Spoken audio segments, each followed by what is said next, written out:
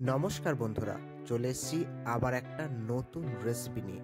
তো আজ আপনাদের দেখাবো রোড সাইডের মতো কিভাবে চাউমিন করবেন এবং তাদের স্বাদ কিন্তু অতুলনীয় হয়। সেই স্বাদ আপনারা বাড়িতেই বানাতে পারবেন। তাহলে দেখে নিন কিভাবে বানাবেন। প্রথমেই তার জন্য কড়াইয়ের মধ্যে দিয়ে দিলাম জল। এবার এখানে চাউমিনগুলোকে সেদ্ধর জন্য দিয়ে দেব। এরপর দিয়ে দেবো সামান্য পরিমাণে লবণ আর সাদা তেল দিয়ে ওটাকে পুরোটা সেদ্ধ করে নিতে হবে। এবার কড়াইয়ের মধ্যে দিয়ে দেব তেল এবং লবণ, তারপরে দিয়ে দুটো ডিম দিয়ে একটু ফ্রাই করে নেব। এবার ডিমগুলোকে তুলে রেখে দেব। আবার ওই কড়াইয়ের মধ্যে দিয়ে দেব সামান্য পরিমাণে সাদা তেল। এবার ওই তেলেই দিয়ে দেব আদা এবং রসুন কুচি।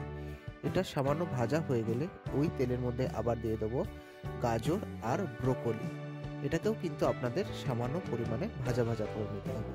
এবার ওর মধ্যে একে একে দিয়ে দেবো বাঁধাকপি, ক্যাপসিকাম, কাঁচা লঙ্কা এবং পেঁয়াজ। এবার এটাকে সামান্য পরিমাণে কিন্তু ভেজে নিতে হবে। দেখবেন যখন সেদ্ধ হয়ে যাবে তখন ওই আগে থেকে সেদ্ধ করে রাখা চাউমিনটা কড়াইয়ের মধ্যে দিয়ে এবার আপনাদের লো ফ্লেমে একটু একটু করে কিন্তু নাড়তে থাকতে হবে। এবার ওর মধ্যে দিয়ে দেবো সামান্য পরিমাণে লবণ, ভিনিগার, সামান্য পরিমাণে সয়া সস, কিছুটা পরিমাণে মিট মশলা এবং কিছুটা সবজি মশলা। এগুলো দিলেই কিন্তু একদম আপনাদের রোড সাইডের মতো টেস্ট হয়ে যাবে।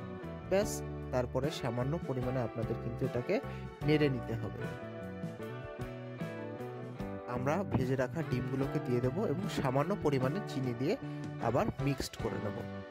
মিক্স করে নেওয়ার পর দিয়ে দেবো সামান্য পরিমাণে গোলমরিচের গুঁড়ো। তারপরে নামিয়ে নিলে রেডি হয়ে যাবে কিন্তু একদম রোড সাইডের মতো চাউমিন।